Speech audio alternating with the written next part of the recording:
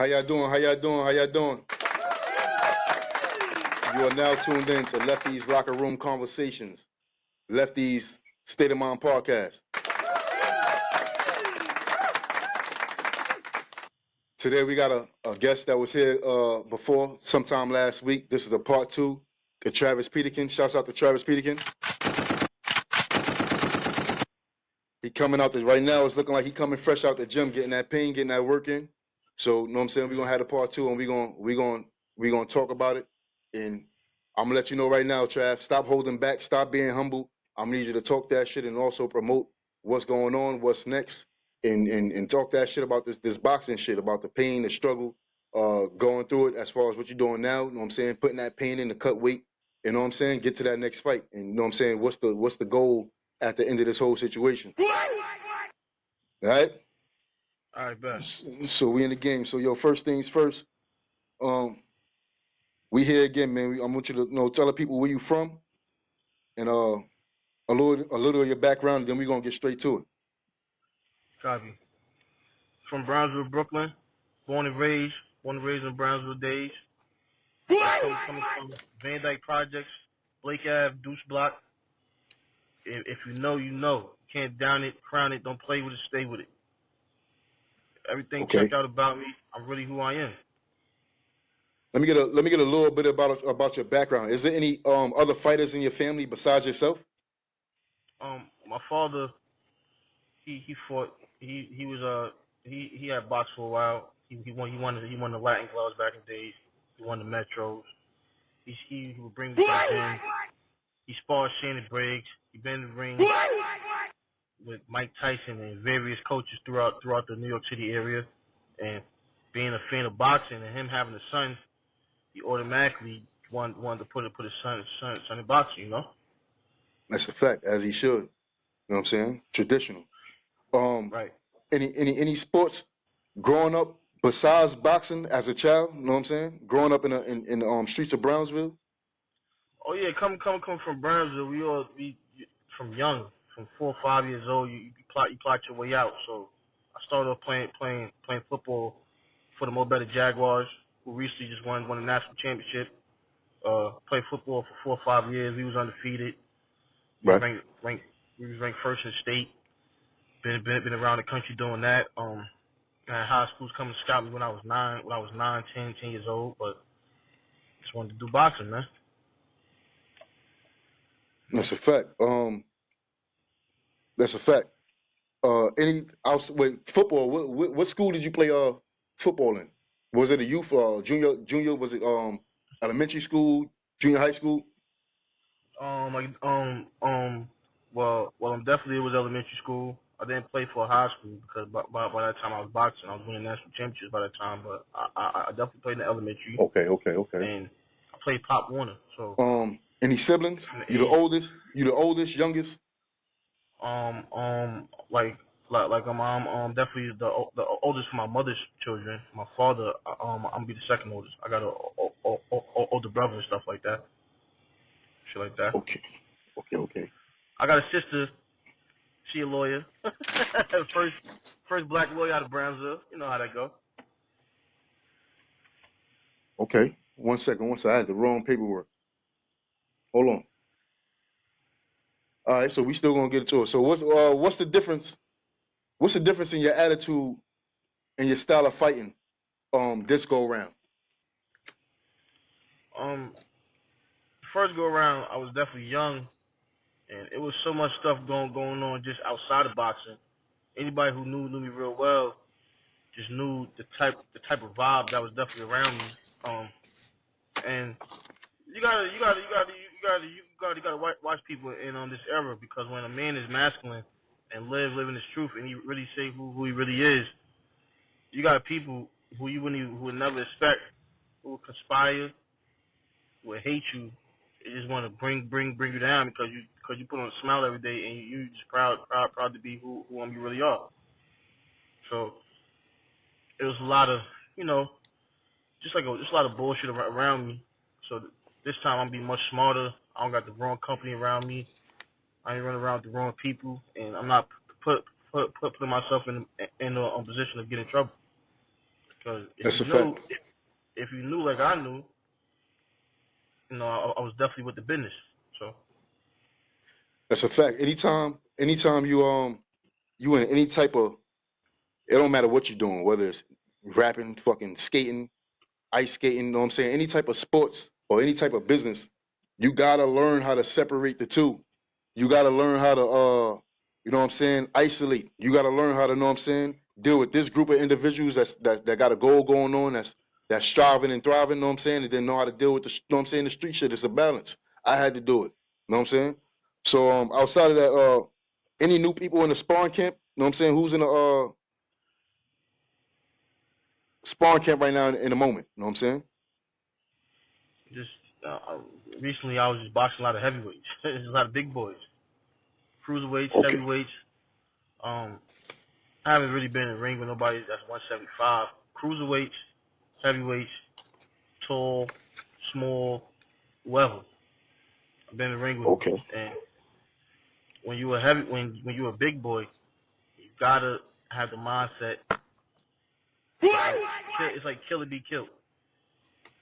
There is no margin for error.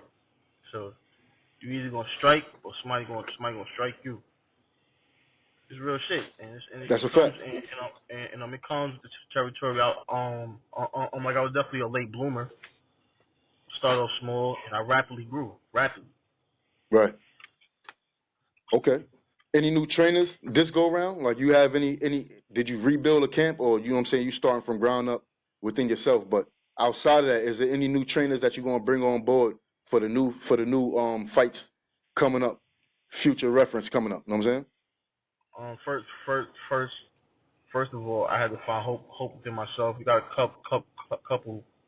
I won't say it's new people, but we got a couple people who give me some ideas. But it wasn't nobody I didn't know from over the years. Everybody who's in my camp, anybody who's around me, I knew for the last 20, 25 years. That's what's up. I mean, but can we say, I mean, I know a lot of niggas for 15, 25 years. That don't mean they good business. Right. So Um.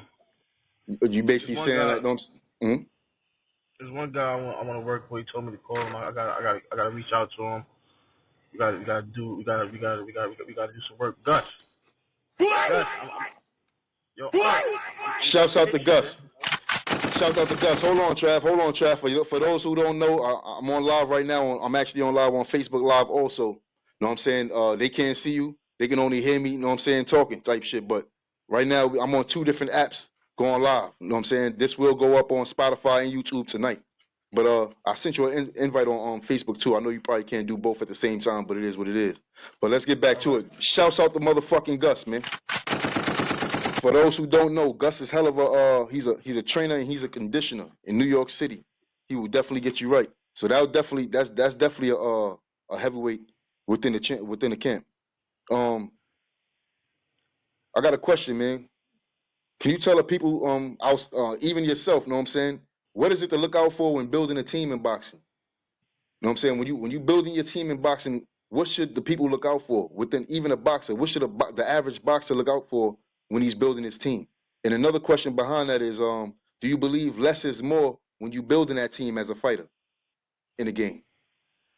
This is what people don't realize. You could have all the muscles in the world. You could be the strongest ever. You gotta have people around you that's good for your mental. If you don't have Say that people again. that's good for your mental, you gotta have people around you that's good for your mental. Six That's pack, a fact. muscles, it don't matter. If that mind ain't right, you can't have no off days in boxing. Ain't no off days in boxing. One slip up, you getting up. That's a fact. One That's a false fact. move gonna cost you. That's a fact. Ain't no playing in this game. We said that last episode. You can play basketball, play soccer, but you cannot play boxing. Don't play yourself. Play the game. Never.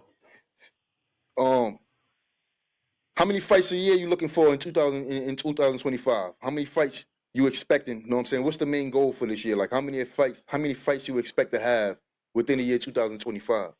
How you moving? Main thing is start off with about 3 fights this year. 3 fights. See how it goes. See how I move. or four fights this year. 3-4 fights. Yeah, Yeah. we need that. I mean, you gotta think about it, man. We ain't. I keep saying we like I'm in third person, but you gotta think about it, man. Yo, this is a hiatus. Hold on, man. Let me talk my shit, man. This is a hiatus. This nigga can fight his ass off. Then put belts to ass out here, man. Tell him, I mean, sign to who? Sign to who? Lou DiBella at one point. You know what I'm saying? Shouts out to Lou. I mean, it is what it is, but he a part of the history. Outside of that, we need Sign that. to the street. Fourth, yo, Sign to the street. sign to the streets. As of right now, that's past tense. I'm just giving y'all a little source on his past history. But 4 fights, that sounds real good for 2025, based off of, you know what I'm saying? We ain't seen you in a while, man. Last time we seen you was in the Barclays Center. That was real big, a real big deal, especially for Brooklyn. Shouts out to the Ville. That's a fact. So we need you to put on, man. We ain't got too many fighters right now in the Ville besides Shushu putting on. You know what I'm saying?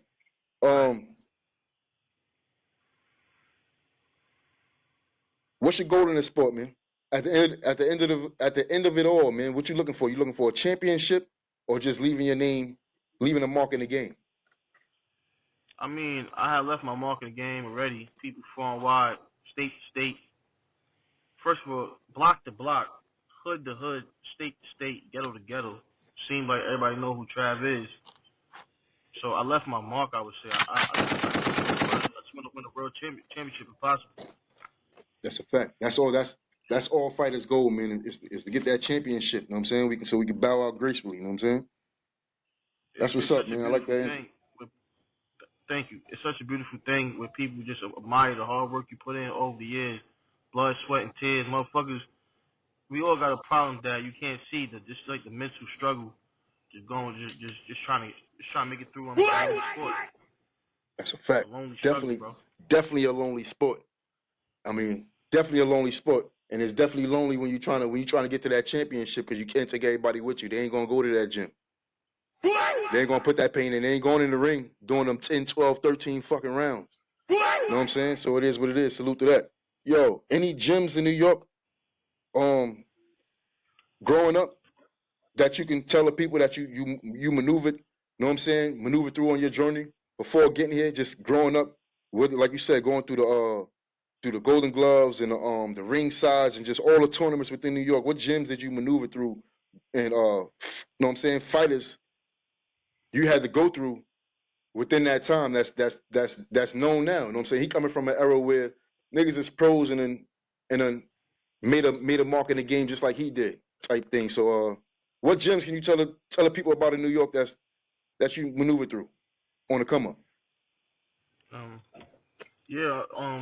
Like the PAL system was real big back then. So you had Howard House's PAL, you had Webster PAL. Toughest gyms in the city. If you know, you know. Region. Right. If you ain't coming in ready to fight, I'm talking about as a 11, 12-year-old kid, you was going home with your head in your hand. Let alone having to go to the gym, no matter what time it was, just having to walk through them projects to get to these gyms, Starlight City Gym, you know what I'm saying, Howard Gym type shit. Like you had to be built different to you know what I'm saying, walk through these neighborhoods, go to that gym, go home late night, 8, 9 o'clock at night, you know what I'm saying? Make it home alive type thing. Or without a scratch. If you know, you know. It's a different time in New York City. Sports PAL like on Pennsylvania and Liberty. That's a fact. Harlem PAL on 125th. East New York. The East. You already know. So it was just different times. Starlight City. The best of the best was in there. If you ain't come to fight, you had to stand. You had to step aside. That's a fact. Had to come to fight. If you didn't come to fight, step the fuck out the gym. Go sit in the car. But you cannot. It's nothing but dogs and wolves in there, man. It's either you're in or you're out. You're swimming or you're sinking. Which one? You had to step aside and watch greatness happen. That's a fact. All right, so no, I ain't gonna keep. I know you just got finished training. I ain't gonna keep you on here for too long, man. I got a couple more questions for you, man. What's your diet? You know what I'm saying? Before I get to that, what's your weight right now? What's your diet? And what's your goal your fighting weight goal? Right now, about 220. I'm trying to get down to cruiserweight. Okay. Cruiserweight is where I'm gonna land at. Diet could be better, but try to eat fruits, a lot of lean meats, stay away from starches, drink a lot of water, fluid, and just train. It ain't too much to say. It ain't too much to say to it. As long as you're training hard and staying and I'm trying to stay disciplined, shit gonna work out for you. But Oh no, that's a fact. you I ain't gotta. gonna lie. I ain't gonna lie. I've been watching, and you definitely been in the gym more than what I think and more than what I've been seeing. You definitely been putting that pain in. So hopefully, you know what I'm saying? This ain't no fake or no fraud. This time, this nigga really putting that pain in, really cutting weight, and we trying to really get you in the up under them lights. You know what I'm saying? It's about that time. Next question. Any promoters you wish to hit us or want to get on any undercards in the future? You know what I'm saying? The right ear hitters, like any undercards you would wish to get on or whatever, and like, you know what I'm saying, put on for the comeback? We got somebody. I won't say promoter. We got somebody in California who I'm speaking to right now. A good friend who started a promotional company. I mean, my name is dead, so it's not looking. It's not really who I'm watching. It's really the people who watching me. So long as I go out there and fight and get busy, I'm gonna get a phone call anyway. And That's a fact. you don't need. So and that's it. That's it. The business speaks for itself. There ain't no business if you're not taking care of your business in boxing. Say on more. I got two more. Okay. These last two we gonna come off of boxing, and we just gonna get a little deep for about 5 minutes. You know what I'm saying? This is for the people. This is what, you know what I'm saying, what the people want to hear or need to hear, whether it's the youth, middle age, I don't give a damn who it is, but the world need to hear it. Okay. How you feel about the quote, don't let the distractions distract you? It rings so true because you don't realize you are being distracted until these people until those distractions is not around you anymore. You know, you're sitting around and you wondering why shit is not working out for you, why you feel you're not feeling the right way mentally, and you realize the people you got around you, and you know my father used to always tell me, show me your friends and I'm gonna show you and I'm gonna show you your future. The people you're around, you aspire to be like, or the people want to be like you, determines where you're going in life. That's a fact. I You heard can't be around no suckers, man. You might just become one. they say if you're around 6 suckers, you'll be the 7th one. Right. If you're around 6 dummy, you'll be the 7th dummy. Right. So I ain't heard no lies in that, man. We got one more, man. And that's a great answer also. One more, man. And this for the brothers out here. What would it take for us to make an impact on our community? Hold on. How will we get the youth to listen without feeling offended? You know what I'm saying? Because like I asked my man on the last podcast, I said, yo, we in the age to where, yo, we old enough to chill and be amongst the old head, the boss players, and Right. we young enough to be amongst the YNs, and have them listen to us to a certain extent. So, Right.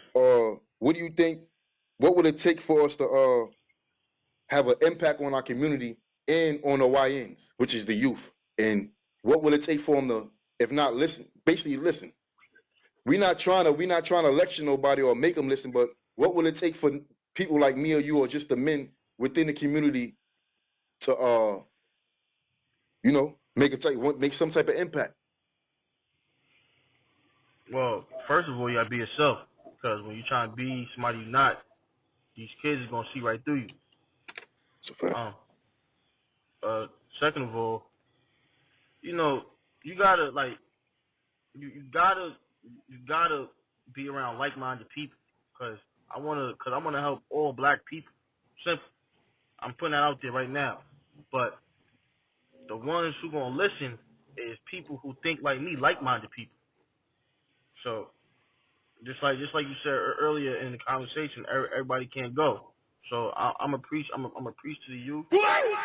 I pray to God they listen. That's a fact. You got And we gonna sometimes it's sad to say, but you gonna take it or leave it. you gotta take it or leave it.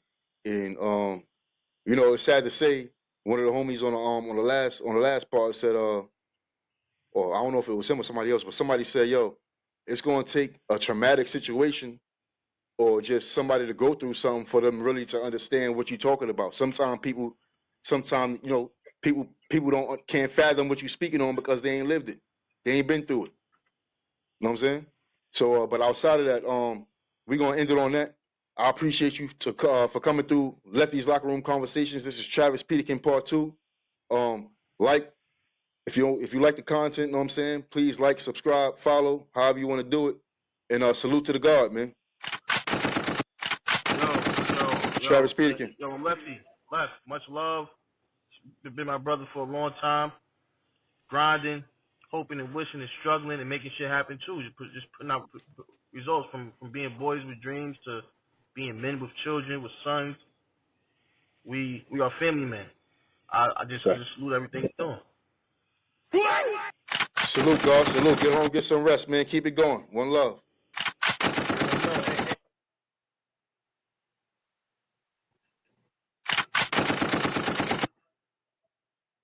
To the revolution, the Malcolm X, to the Black Panthers, to all the niggas that held it down, all the warriors, all the real soldiers. 21 guns. Salute.